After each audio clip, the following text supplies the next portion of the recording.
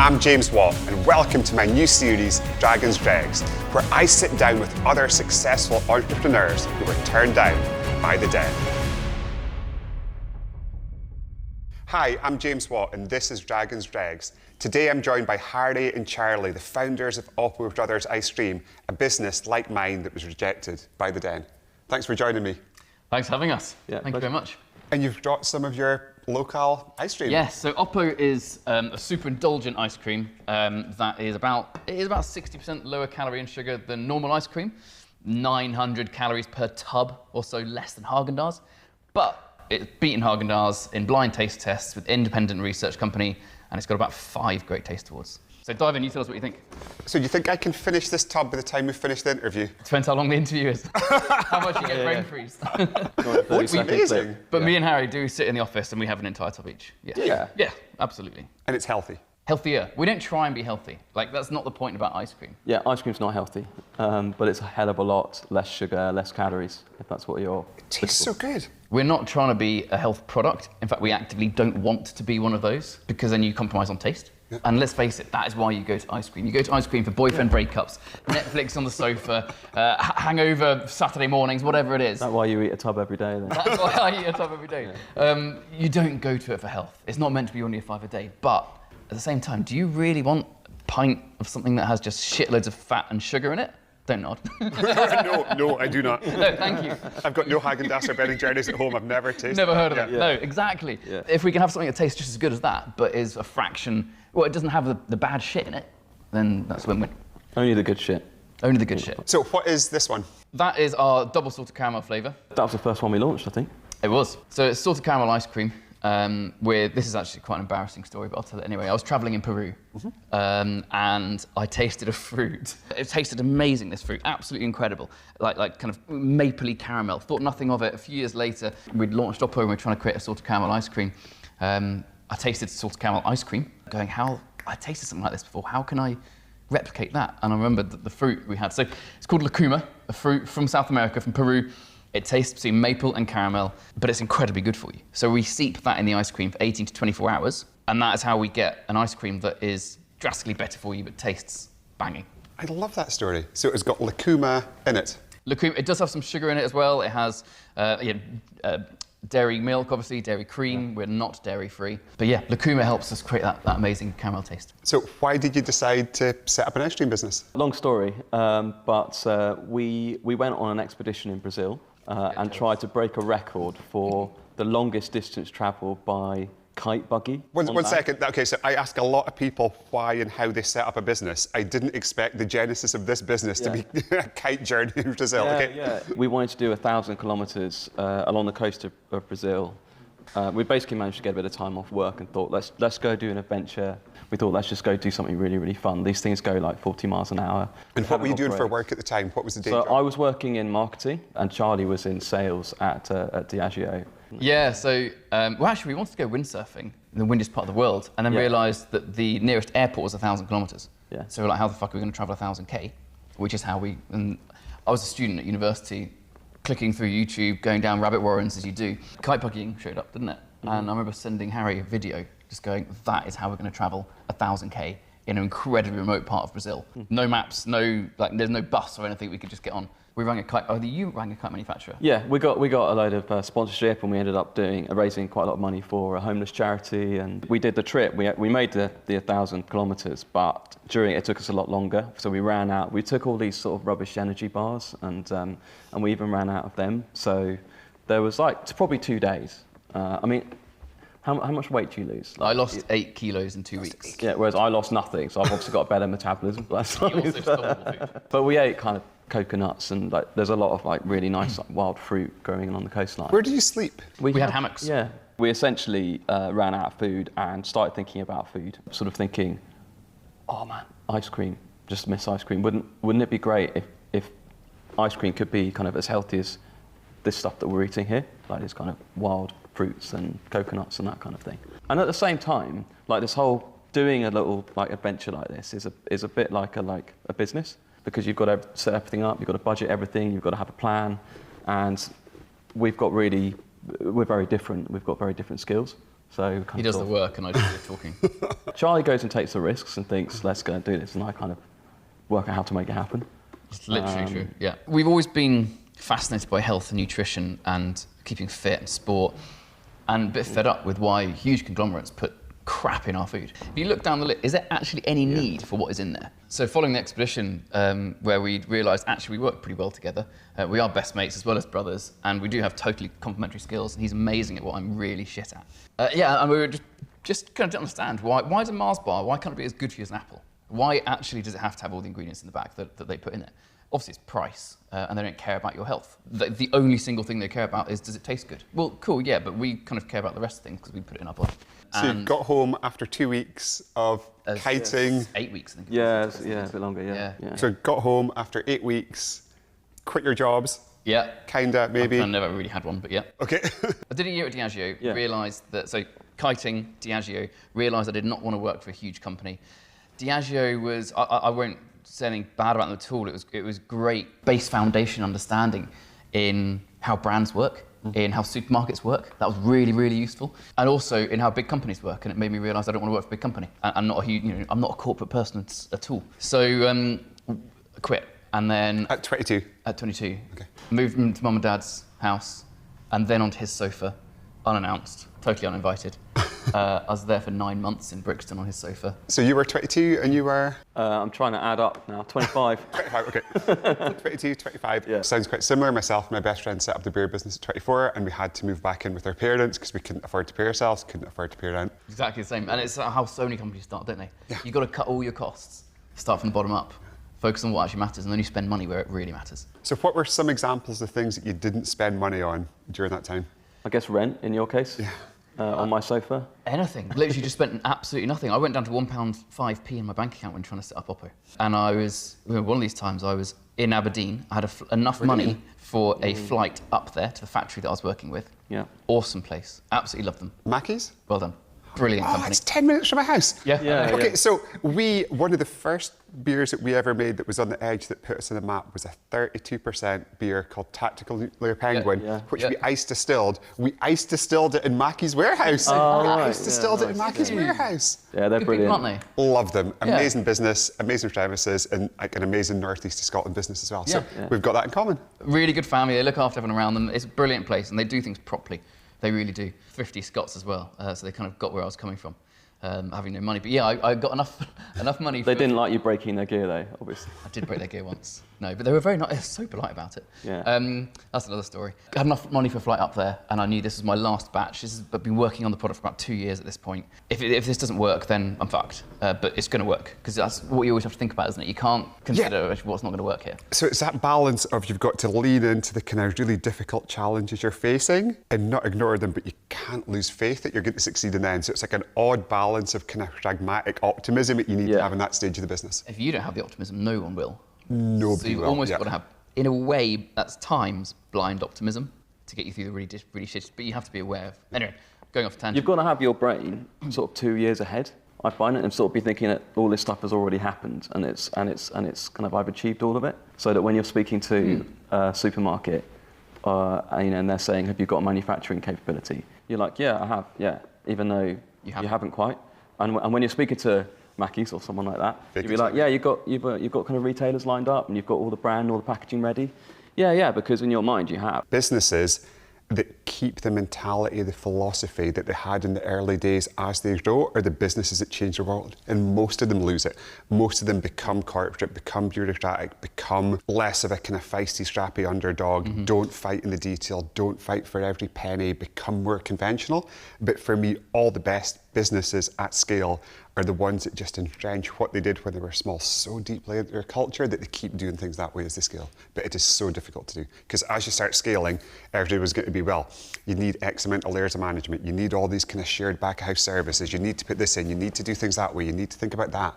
And quite often you just simply don't. And it slows you down and it takes away the edge. Finding a way to, like, that philosophy, that mindset that you had when you had £1, 5 pence in your bank account, up in Mackey's, everything aligned, you had to make it work. If you just instill that throughout the organisation and keep it there, like, the business can do anything. So how do you, when you're hiring your first employees, what I've always we've always thought is the first 10 is probably the most important, because one person is 10% of your business. And if they're wrong, it's 40% of the challenges. And then they're going to hire someone, and they're going to hire someone, and you're going down this path that's actually not authentic to your business. Or there might be brilliant people, but just not quite you. How do you make sure that you hire the right people in that respect? It is so difficult, and it's constantly been my biggest challenge. And I remember an advisor in the early days saying to me, James, if you get 50% of your senior hires right, you're going to be a superstar. And I remember like laughing in my head, like, of course I'm going to do that. Like my batting average is maybe about 35%, and that's kind of okay. And it's just being so clear about like the culture, what makes your business different, what you stand for, how you're going to do things. We've got this little book that we give all team members when they join, which is like the field guide to being a BrewDog, and it's like our approach to meetings, our approach to communication, our approach to deadlines, our approach to like how we work. We've got something in our culture that says we count time in dog years. So if a normal company does something in 7 days, we want to do it in a day, because that speed is our competitive advantage. One of our other dogmas, we've got 10 codified dogmas, is challenge everything. So I think blind faith and authority is the kind of greatest obstacle to kind of do through progress. So every single thing, like a partner, a supplier, a customer, a producer, a team member, a contractor, whoever gives you, you've got to challenge that assumption, because if you just take what everyone tells you as in kind of face value as gospel, the quality of your output is going to be the sum total of all of that, which is not going to be any good. And you've got to find an edge, and you find an edge by challenging things. So you take no, why do we have to do that? Can we do it this way? Can we do that? Can we find a different way to do it? So moving at speed and challenging everything has been so key, and it's all about the people. And the biggest mistakes that I made has been hiring too many people from expensive, fancy, blue chip companies, because you take them in and they don't understand how we've built it, they don't understand the speed we move at, and they almost turn us into like a mini corporate, which is the worst place to be, because you don't have the advantages of scale, but you've got the disadvantages playing on Goliath's rules of that way. So what we did, kind of based on so many hiring mistakes, is we introduced a salary cap, which means nobody can join the business and be paid more than 7 times the entry level position. But what that means is I have got to develop my next generation of leaders from within the company. So the people around my senior management table, the vast majority of them started at a kind of more junior position in the company and came up through the ranks. So they know how we do things, they know our culture, they know how we like to work. And for me, that has kind of stopped us from making so many mistakes and helped us build the team, the people, the culture that we need to be able to succeed. Love it. Yeah, brilliant. So I've built a business with one of my best friends. You've built a business as brothers. Fantastic to share that journey, but what are the challenges? There's none for him. Isn't it? It's easy. I think to begin with, we were treading each other's toes a little bit. We're adjusting position a bit at the start. Yeah. We'll both agree with that. Our mum is actually a counsellor, relationship counsellor. And so genuinely, she did counsel us a couple of times and really help us out, work out kind of like... Charlie, just listen to Harry and it'll be fine. Yeah, she did say that a few times. Once we kind of worked out our kind of roles, it means that we have total trust in each other. We have a massive amount of trust in each other. We know what we're good at. We know what we're really not good at. We've got so much history that really is useful bringing to the table. So I wouldn't work with anyone else. I think I love working with Harry. What do you guys argue about? Charlie's more of is actually more ambitious than I am. So the good thing is he stretches us and gets both of us out of our comfort zone. And then I have to sort of scrabble to swim that fast. Charlie obviously needs that to sort of make it happen as well. I'm sometimes like, look, let's just stop obsessing over this thing and just do something that's good enough. That's never with the product. The product is always has to be really good. But I remember taking ages thinking about like what vehicle we should have. Being like, oh, should it be a Land Rover Defender, or oh, it's too expensive. Let's take Oppo to shows. Like, you know, buying like a milk float, you know, because it's electric and it's cool looking, and like, all that bullshit. Like, I know like branding's obviously important, and that's my background is marketing. But sometimes like just make a decision and just crack on. Whereas Charlie's good at making decisions, but sometimes we'll question it to the nth degree. So that's quite a good.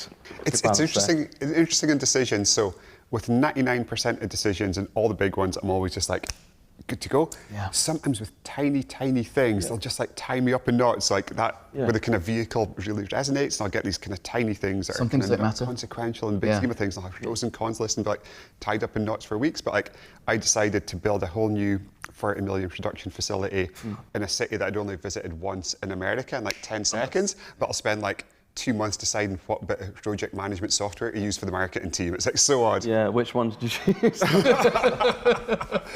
So the business launched in 2014. What was the early days like for Oppo? The early days, I think, were the best.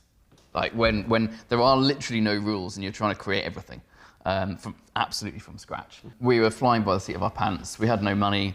Probably shouldn't admit this on the camera, but apparently we were trading whilst technically insolvent for a period of time as well. Snap. Yeah? Okay, great. Shit place to be. I remember the conversation with my accountant. It was like, James, you're technically insolvent. You should cease trading immediately. I was like, no, not going to happen. Yeah. What's the alternative? Well, there isn't, so just crack on. Yeah. Try and be legal, but you know. But again, it's that mindset of like, of course we're not, because I can see that in the next few weeks we'll be fine, and you've got that belief. Yeah, you have to have the belief, exactly. When we were creating Oppo, every single person told us it was impossible to do. Yeah. Like everyone, managed to find the global head of food R&D at Unilever, really nice man. He said, Charlie, we've just canned a project where we spent, I can't remember, it was X many millions of pounds trying to create a healthier ice cream using citrus fibres and all this, and we got these patents, and he gave me the patents as well. And he said, just stop, don't bother. And I spent a year of my life trying to do this, and I hadn't admittedly got anywhere yet. He was like, stop. Luckily I didn't. But that just shows, they knew the rules so well. We were talking about earlier. They knew the rules so well, so they didn't know how to break them.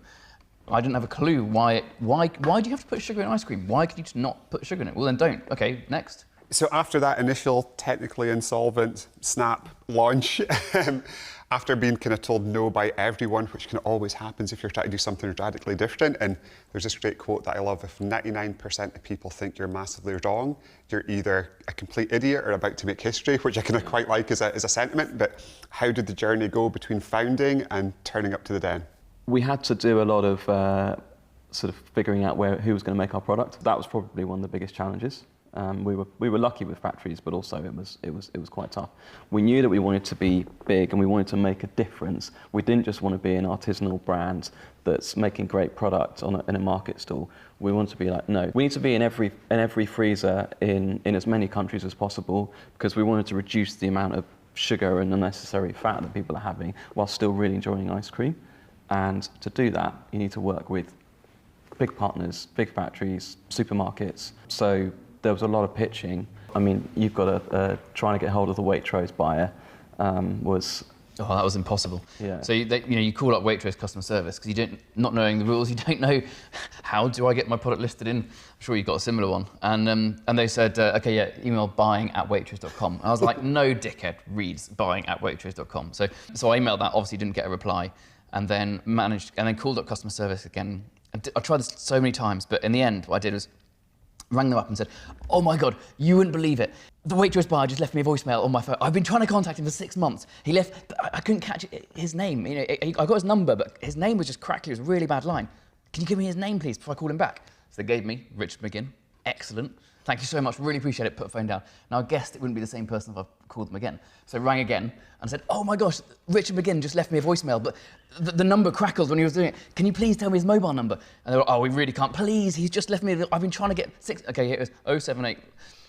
Thank you so much. And then rang up Richard McGinn. And you've got to kind of work out those kinds of ways. He said no to a meeting, but anyway, eventually he did say yes, and we launched into Waitrose in 118 stores, I think, as our first customer.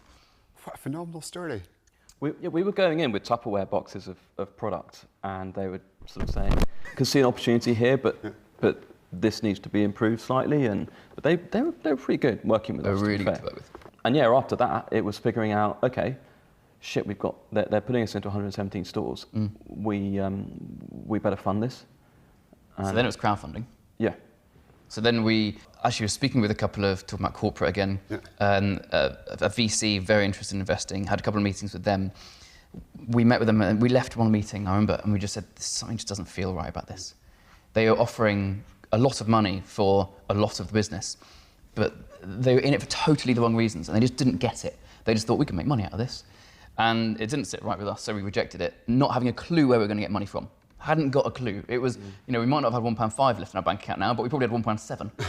And I went down to a cafe beneath my flat in Clapham, literally directly beneath, and said, do you mind if I want some feedback on my product? Can I just give it? And they were like, of course, Charlie, come in.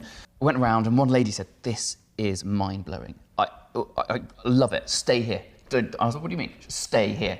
She ran out Literally ran out the coffee shop, left her latte. She hadn't drank it at all. And then about 15 minutes, I was just sat there kind of going, do I stay? Do I go? 15 minutes later, came back in with a gentleman, and he said, hi, I'm Jeff Lynn, CEO of Cedars. My wife has just told me about this product. Have you got an hour? Absolute legend. This is back in 2014. Taught me about, I'd never heard of crowdfunding before. Taught me everything about it. So we went on crowdfunding on Cedars. We raised 3 times. Yeah, 3 times. I think you guys might have done it a bit previous. A little bit bigger. We did it yourselves. Yeah, we got to target at that point. I think we were the fastest food company to hit our target by doing, because obviously it's never in 2 minutes. It's in 2 months. But then the build. You put the prep work in. And we did 3 rounds. We had Andy Murray invested in the second round, which was a nice bit of PR. Why did Andy Murray invest, and is he involved in the business at all? He actually sold out for 6 times his. Nice. So he did well. He invested because he just famously likes ice cream, and obviously he likes the health angle as well. So it was quite a good fit for him. And I think Kim tried it first from Waitrose. Yeah. And told him about it. So what year did you decide to enter the den? The BBC called us up 3 times, and we turned them down every time, saying we're not interested in Dragon's Den. We've raised by crowdfunding. We don't need the money. We had about 1,000 investors, and they, each time just rang us back another few months later. Go, what about now? And then one day we had a chat. And I remember you said, "Hang on, we're spending all of our time trying to market the business, trying to tell people about the business. Yeah, they've got 5 million viewers. What are we doing?" And so we rang them back up again. Actually, we changed our mind. No, we would like to come on, please. And they knew the score. They knew we'd crowdfunded. We knew we didn't need money. They got us to sign something saying we did, but we were like, okay. But verbally, we both, okay, that's fine. And we went on there because we needed to tell people about it. So you really only went in there for publicity? You didn't care about getting investment? We'd raised a week before we went on. Okay. So we absolutely did not, whatever, they could have offered us anything. We couldn't have and wouldn't have wanted to take it, no. But it would have been nice to have been offered. Like any egos, like it would have been nice for them to, but it was too risky. They just basically said, you guys seem great, the product tastes really nice. And they all just went, nah, FMCG's tough world.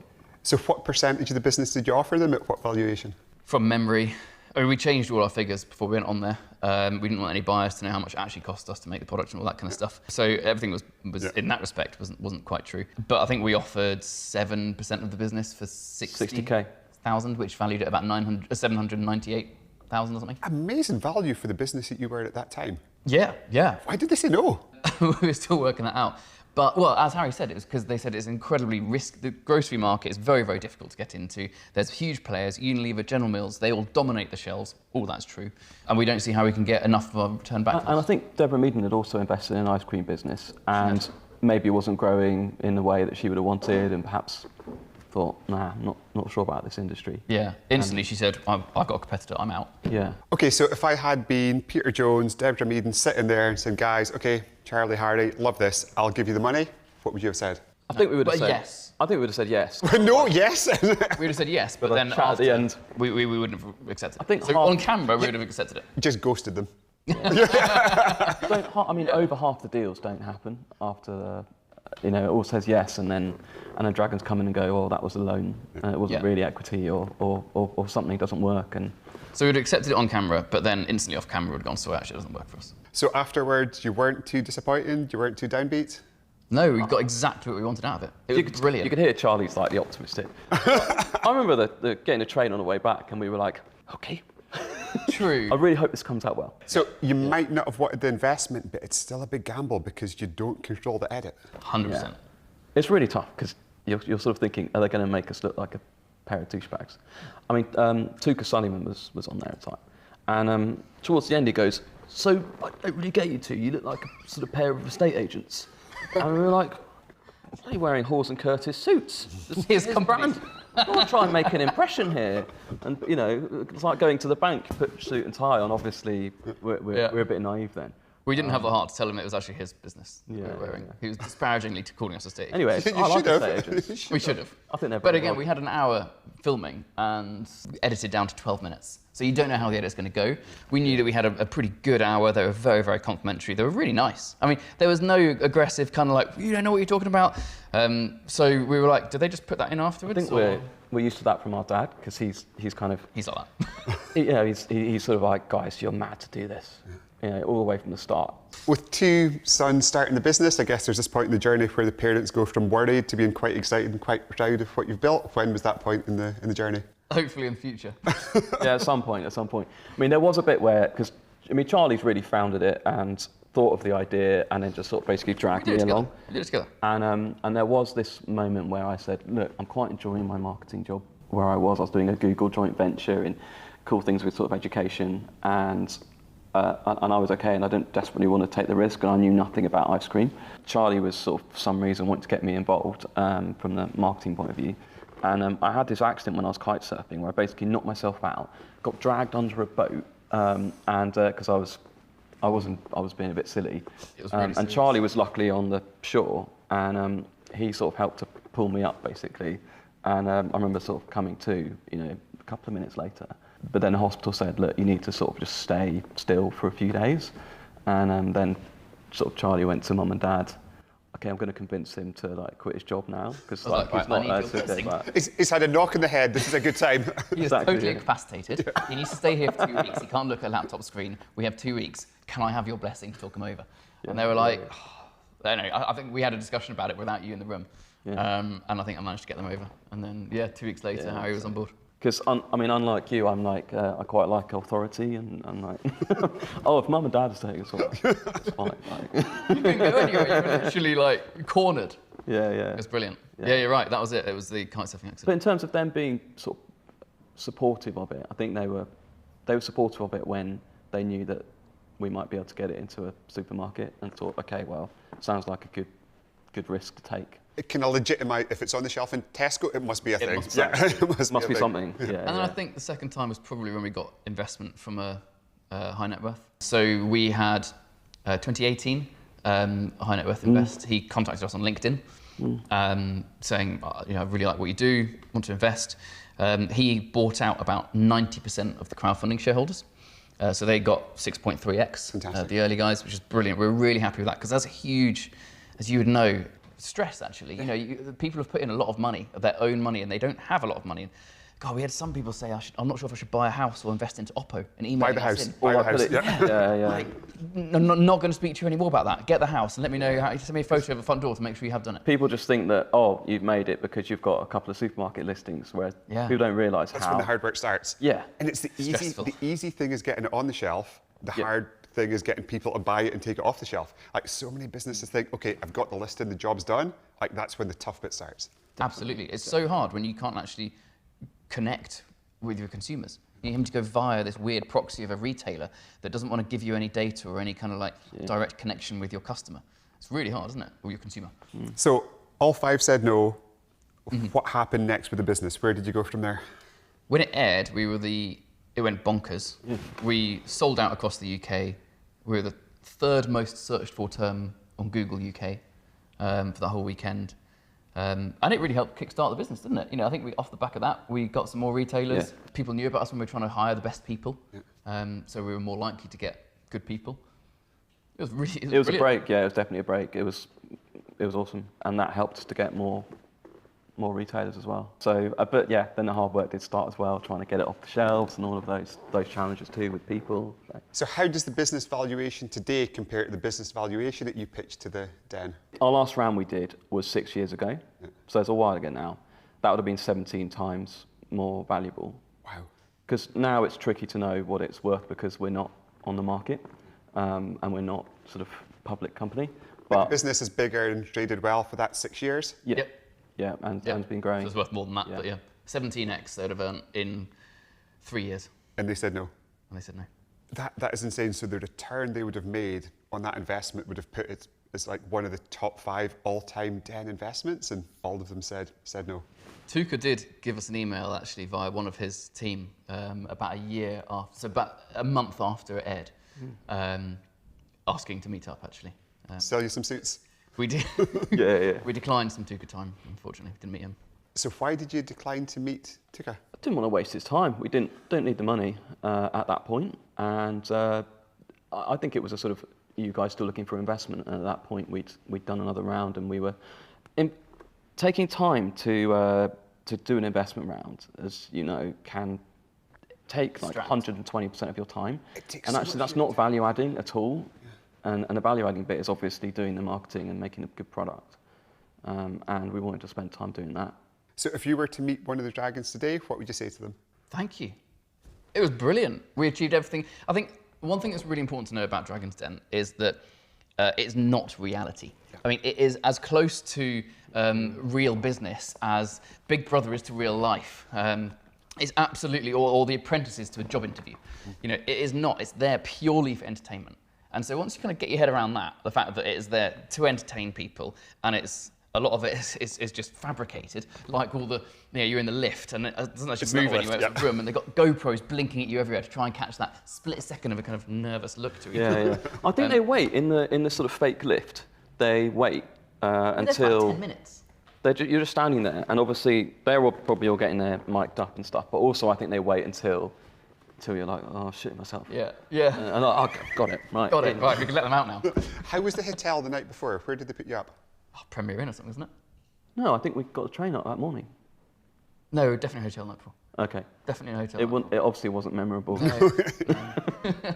I think actually, going back, you know, we were so careful with all of our money back then that we'd never spend anything like a hotel. I mean, when I went up to the factory, I would sleep on their floor. I knew the code for the pit, for the factory floor.